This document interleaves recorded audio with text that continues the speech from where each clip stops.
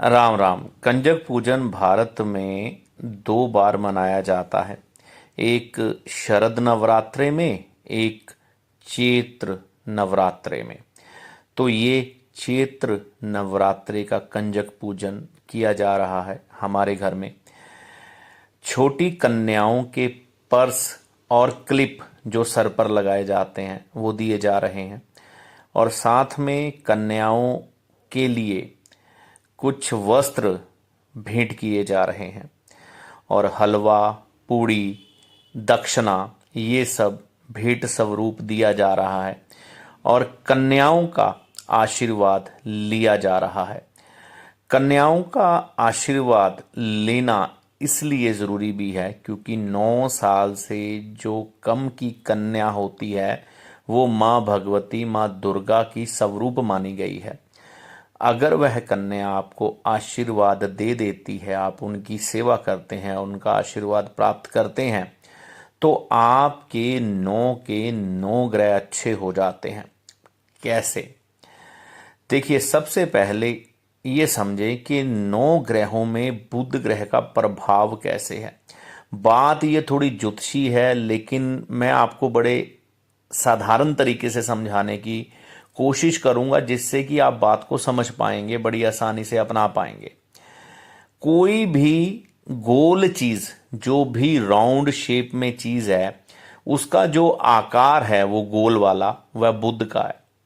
अब देखिए, हमें अपनी प्रत्यक्ष नंगी आंखों से जो ग्रह दिखाई देते हैं आकाश मंडल में, वह हैं सूर्य और चंद्रमा। इन्हें हम बड़े साधारण तरीके से नंगी आंखों से देख सकते हैं। तो इनका आकार कौन सा है? गोल आकार है।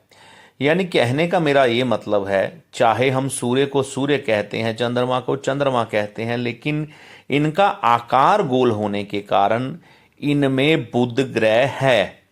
इसी तरह से बुध ग्रह, शुक्र ग्रह, बृहस्पति ग्रह, शनि ग्रह, मंगल ग्रह, सबकी आकृति गोल है। तो हर एक ग्रह में बुध समाया हुआ है, हर एक ग्रह में।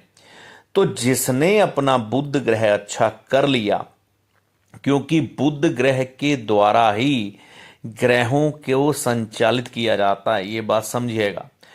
ये बात थोड़ी सी टेक्निकल है, इसको समझाने में जाऊंगा तो बहुत लंबा समय बीत जाएगा, लेकिन ये समझिएगा कि बुध हर ग्रह को चला रहा है, आगे बढ़ा रहा है।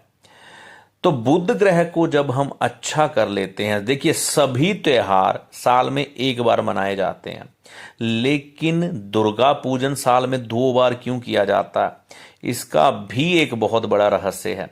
मतलब कि इतनी इम्पोर्टेंस दी गई है, हमारे बुध ग्रह को इतना महत्व दिया गया है कि बुध ग्रह का पूजन हम साल में 2 बार कर रहे हैं, बाकी सभी ग्रहों को एक एक बार मना रहे हैं। वो इसीलिए हमारे ऋषि मुनियों ने, हमारे विद्वान पंडितों ने, ब्राह्मणों ने जो ज्योतिष पर काम करते थे, इस रहस्य को जाना और इसको सामाजिक तौर पर लोगों को बताया कि बुध ग्रह को जितने अच्छे तरीके से अच्छा रखोगे, उतना ही जीवन में कष्ट कम आएंगे। इसलिए देवी के 9 स्वरूपों को पूजा जाता है। यहाँ पर कन्याएं अधिक है, क्योंकि हमारे घर में ये चलन है कि जो कन्या आ गई घर पे, उसको हम वापस नहीं भेजते। तो हम 9 कन्याओं का स्वरूपों का पूजन एक साइड करके कर लेते हैं, बाकी कन्याओं का अलग से।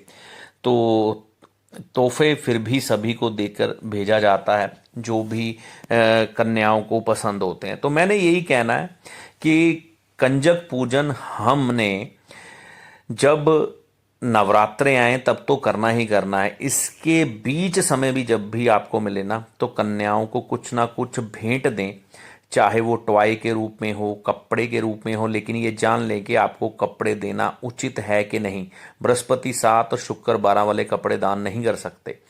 तो उनको ये चीजें भेंट स्वरूप दे के आप उनका आशीर्वाद लेते हैं, तो बुध ग्रह की कृपा से आपके 9 के 9 ग्रह अच्छे हो जाते हैं।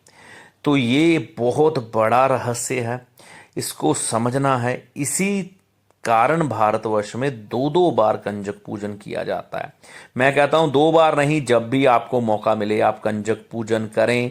कन्याओं को वैसे ही भेंट स्वरूप कुछ देकर उनके पांव हाथ लगाकर आशीर्वाद अगर आप लेते रहते हैं तो ये बहुत बड़ा उपाय है। अपने बच्चों को इसमें शामिल जरूर करें। मैंने अपने बेटे को शामिल किया है, क्योंकि अगर मैंने उसके अंदर ये संस्कार नहीं डाले ना तो वो आगे जाके ये चीज़ें नहीं निभाएगा।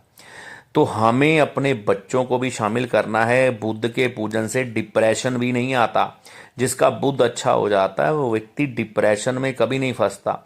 हमारे बच्चे क्यों आज इतनी समस्याओं से घिरे हैं? क्योंकि आपने या लोगों ने ऐसी परंपराएं निभाना छोड़ दिया है। वो इनको झंझट मानते हैं, या समय नहीं है, या बहाना है कि हमें कन्याएं नहीं मिलती। भाव रखिए, सब कुछ मिल जाएगा। तो 9 ग्रहों को अच्छा रखने की बहुत सरल विधि है कन्या पूजन। रामनवमी की शोभा यात्रा अगले दिन थी। आइए कुछ झांकियां देखते हैं और प्रभु राम जी की शोभा यात्रा के दर्शन करते हैं। सभी को राम राम, सभी को जय माता दी।